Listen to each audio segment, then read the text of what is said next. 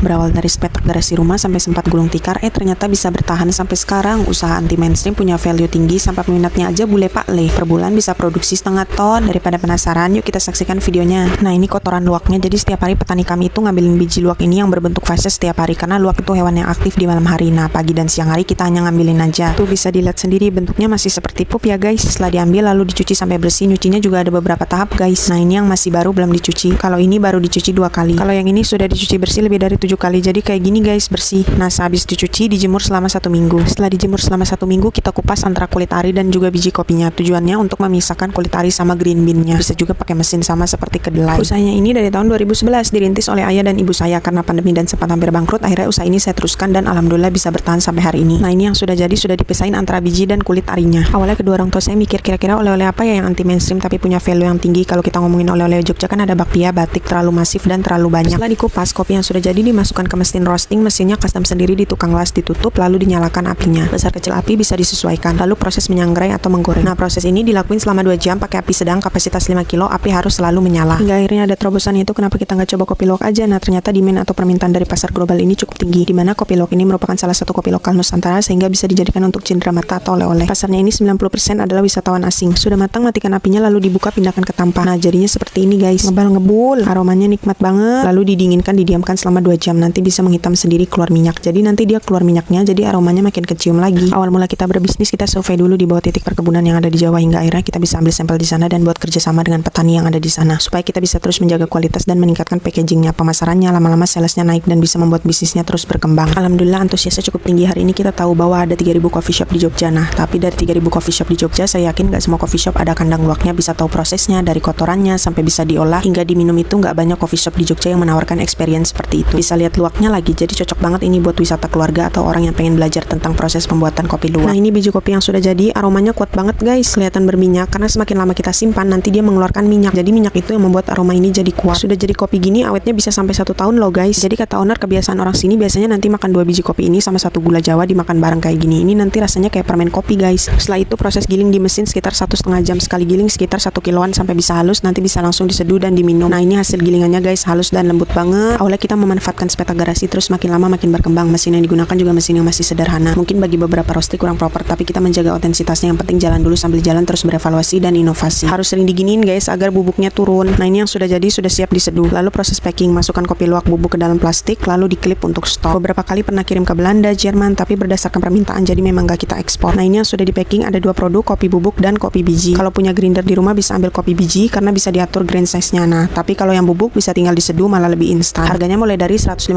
50 gram. Pesan buat teman-teman yang baru merintis usaha, nggak usah malu, nggak usah gengsi, nggak usah ragu kalau mau memulai usaha. Ketika sudah ada niat langsung action. Di sini ada makanan tradisional juga guys. Lokasinya ada di Jalan Pelem Wulung, Plumbon, Banguntapan, Bantul, Yogyakarta. Namanya Kopi Luwak Mataram.